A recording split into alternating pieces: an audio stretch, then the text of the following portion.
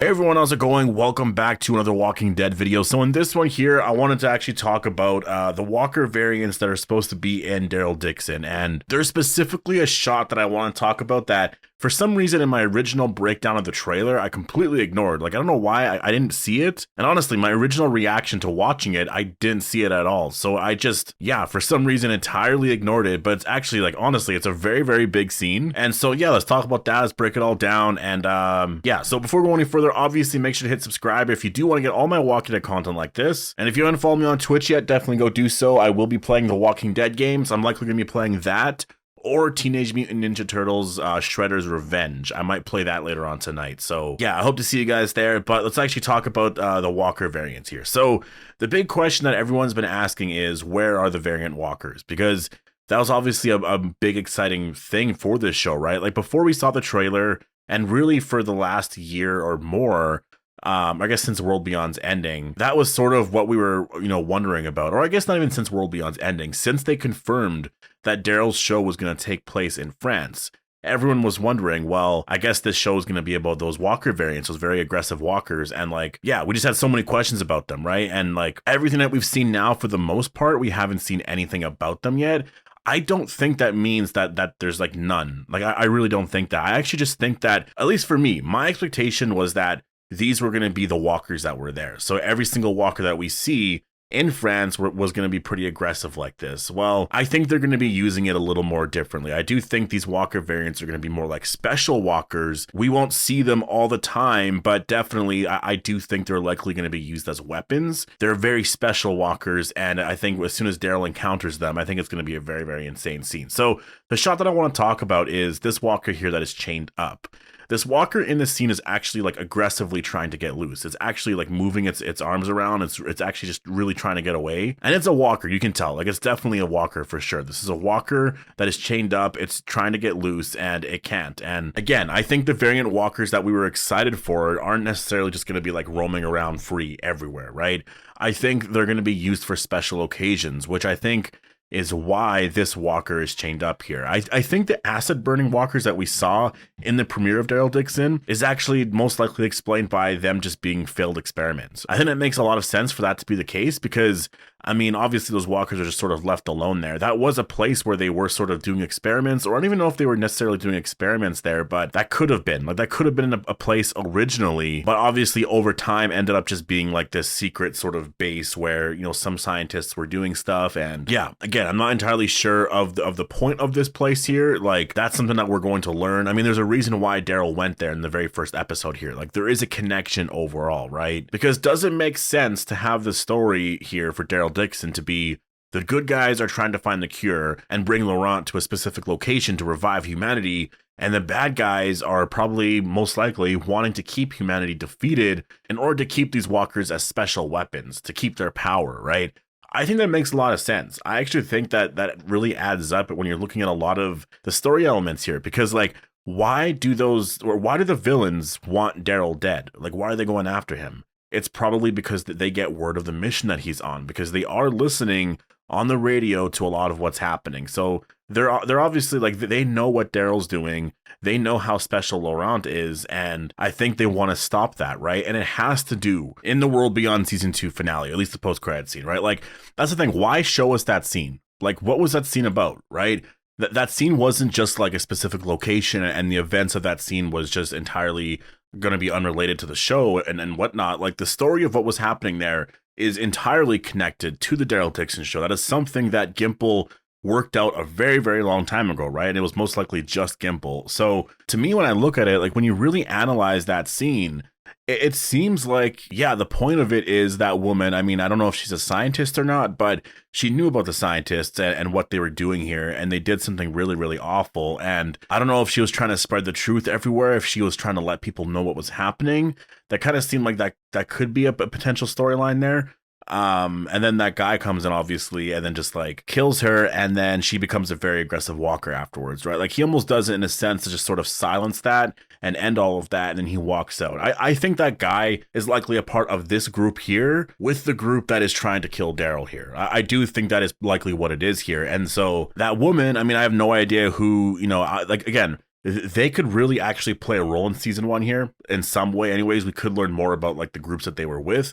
Like that post-credit scene is going to make a lot more sense, I'm sure, after we watch the first season here of Daryl Dixon. And so when you look at what they were talking about, the subject really was walkers, and it was just what they were doing there. And that's why I think season 1, it's really going to deal with the walker virus so much, and it's going to be in different ways. I think Daryl, it's like what I just said. I think the story is likely going to be like the good guys in a sense.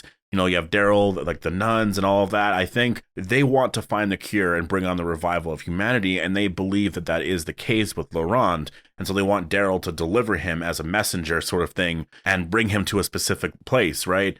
And I think the bad guys, obviously, they might get word of this happening, and then they're like, no, like this cannot happen. So we need to take out the American kind of thing and stop that right there, because we want to keep our power here, right? Like we want to keep the power that we have. And that's why I think this shot of this walker chained up makes a lot of sense. And I think that this is connected to the villains of this show here, because I think that they use them as special weapons, or at least certain walkers anyways. And I really feel like that is likely going to be the story here for season 1. I think it makes a lot of sense because they probably want to make walkers feel very special, like they used to be, right? Like in Dead City, we got the Walker King. And that's the thing too, when you look at the walker in Dead City, the genuine excitement that I got, like the genuine actual excitement I got from seeing that walker was insane. Like it's just so cool to see The Walking Dead doing things like that. That was the best walker I've ever seen in the history of all shows, or the history of the franchise, easily. It looked so cool, and just like the context of the scene and how that walker showed up and everything,